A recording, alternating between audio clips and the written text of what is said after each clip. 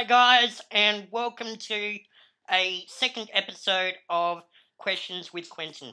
That's right, there is an episode 2. Yay! This episode is about YouTube. And while I was at Mipcom in Cannes, France this year, I caught up with Jeff Nathenson, who is the manager of the Strategic Partnerships program at YouTube. And this is what he said about being at Mipcom, the future of YouTube, and the future of the partnership program, and how people can become involved. Okay, enjoy. Jeff Nathenson. I work for YouTube. I deal with our partnerships in Europe with the film studios, the record labels, and the sports rights holders. Cool. And what is YouTube doing at Mipcom? What are we doing here? We're just trying to spend as much time with the people who create content to see how they engage with the platform and how they want to engage with the platform. We spend a lot of time talking about the latest tools and developments, latest strategies and monetization. And we're just trying to also bring more people on board and sit there and say, well, YouTube is a platform for commercial content and high-quality commercial content. And is there a changing trend between, the uploaders in YouTube? Because it used to be more of an individual-based uploading. Do you see it more as businesses are now starting to aggregate towards YouTube? I think businesses are getting more and more active on it. Professional production companies, broadcasters, the major record labels, they're all there.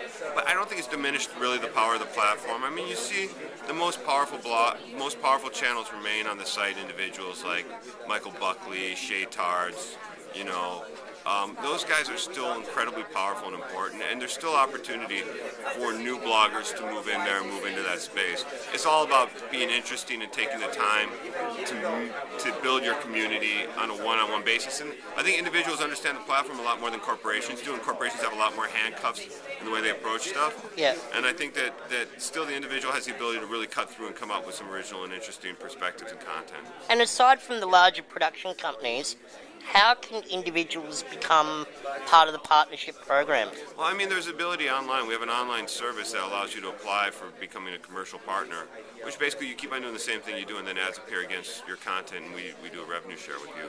So that's there, and that's available.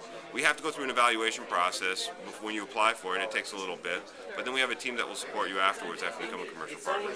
And for people that want to get their content out there to more viewers, more subscribers, can you give us a couple of tips? Or you have to use, I always say that Michael Buckley does everything right. So I asked, what would Michael Buckley do? So his channel is What the Buck Show. And if Michael's doing it, you should imitate it. But there's some very simple things that people aren't doing. They're not putting enough information in the metadata. They're not tagging their stuff well enough. They'll put 3 tags that are completely irrelevant. They will not use annotations to drive from one video to another. They will not try and drive subscriptions by saying that. They won't have any interaction. So if you're looking at stuff to do, there's just some really basic core propositions that you have to do. You upload your video as a video response to your previous video. You find someone who's doing videos like you about similar topics, and you upload your video as a video response. You solicit comments, you solicit interaction. And once you start doing that kind of stuff, you will slowly and surely, if you have good stuff and you're providing good content, you'll slowly grow your audience. But there's just some very basic concepts that a lot of professionals will just upload content and expect people to find it. And it just doesn't work that way on YouTube.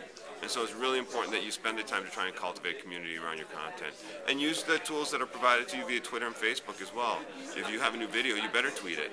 Yeah. And and if you have 300, 400 fans and you've just uploaded friends on Facebook, and you haven't said I've just uploaded a new video, you're just not using your existing social nets to drive views. And do you think, just 2 final questions, and do you think the insight tool that you guys have recently started for individuals has been a good way of showing them how they're marketing their own?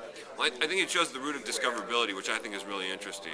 And if search is not driving, then your tags are not doing well, or your descriptions aren't that well. But it gives you a real idea what's going on, and you'll find that a lot of real successful videos will have been embedded in blogs elsewhere. And so it's like looking not just within YouTube for your community, but outside it. And I think Insight helps give you that kind of information to allow you to make decisions on how best to market your content. As I said on the panel, marketing is one of the essential skills on YouTube. It just truly is. And the last question is, have you noticed a change in the zeitgeist of YouTube? Like, have you noticed change in what people are uploading, the trends, things like that? Like, what have you noticed how it's grown in the last couple of years? Well, I mean, I still see just really good bloggers coming to the top, but yet at the same time you'll see it.